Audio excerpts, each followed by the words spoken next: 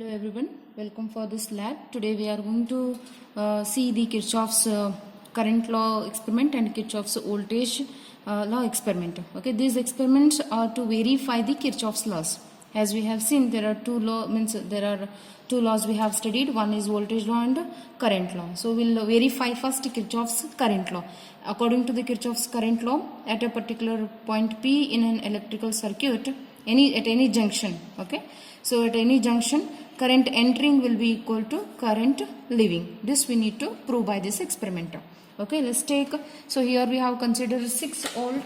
Remember, this is a DC supply. Okay, RPS we are going to use. Okay, so from this, let's see the connection from positive part to a resistance first end, and another end of that has to be connected to current ammeter first.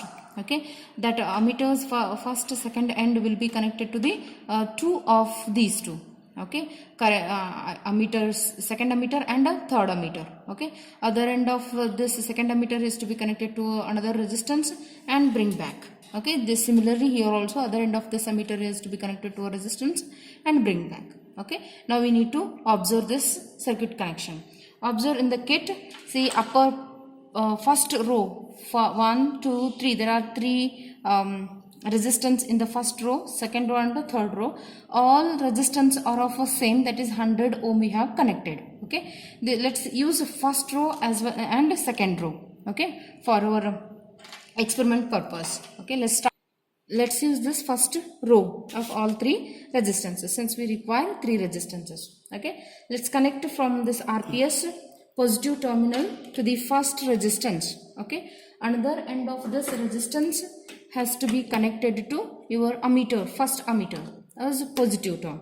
Okay, other end of that has to be connected to, okay, both the ammeters, like both the ammeters you have to connect. Okay. So one connection is here, another connection you have to take from the same. Okay, see here, 2 connections you have to take from this other end of this ammeter, and one has to be connected to second ammeter, and another end has to be means one more is connected to other end positive of the I3. Okay, and now we'll continue we'll complete this loop, and then we'll come back to this loop, and then still till this much connection we have got. And next one is I2's second ammeter's second terminal is to be connected to again 100 ohm resistance. This one we have used. Okay, and then this end is to be kept, this has to be given to the negative of this terminal. Okay, so let's connect it to negative of the RPS. Okay, and come to this loop. So ammeter positive connection we have got, and other end of that has to be connected to resistance first terminal. Okay, this second terminal of resistance is to be connected to again negative to the RPS. Okay, now this is your connection. We'll start with the connection. Let's switch on the supply. Okay, switch on the RPS. Okay, so we'll switch on all this. Alright, and now we'll give 6 volts supply. Okay, as we have taken in the circuit diagram. Okay, when you have given 6 volts, observe in the first current. You can observe in this current I1 reads 0.018 ampere. So here it is 0.009 ampere, I2 and I3 is 0.009. So it shows that I1 is equal to I2 plus I3. This is what your KCL says. Okay. We'll continue with this Kirchhoff's voltage law. Okay, so again here we are going to verify this one. So as we said, observe the circuit diagram. Here again we have 3 resistances. Observe this resistance and this resistance.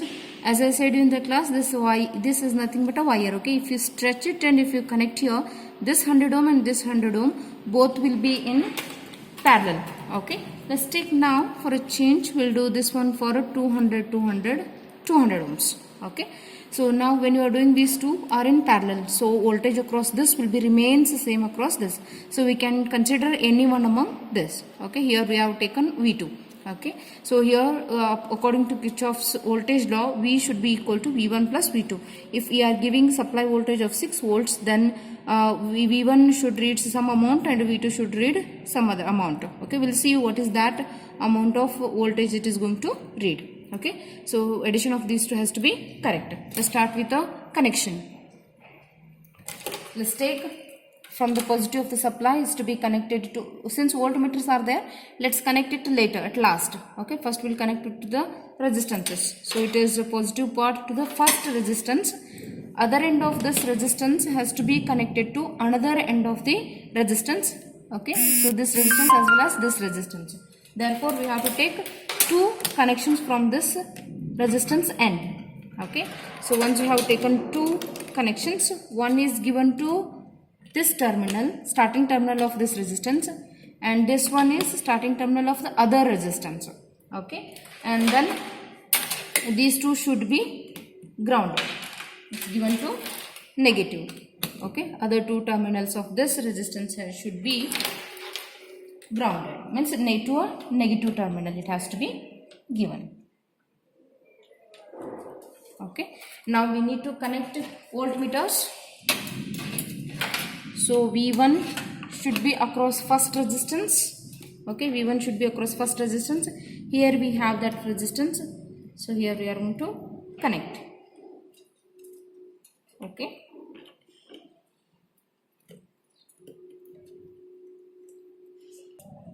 Here we have connected one voltmeter across first resistance, and we'll connect to another voltmeter across any one among this resistance, because these two resistance are in parallel. Okay. So we'll see, first we'll connect across these two. Okay. This resistance will connect the voltmeter. Okay, this voltmeter across this resistance. Now we'll give, this is your V. Okay, this is your V, this is your V1 and V2. So you have to prove V is equal to V1 plus V2. Let's switch on the supply. Okay. Observe the voltage. This is 6 volts V. Okay, this should be equal to V1 plus V2. So V1 is 4.04 and V2 is 2.07. Therefore V is equal to V1 plus V2. This is 6.07. Approximately can be taken as 6 volts. Okay.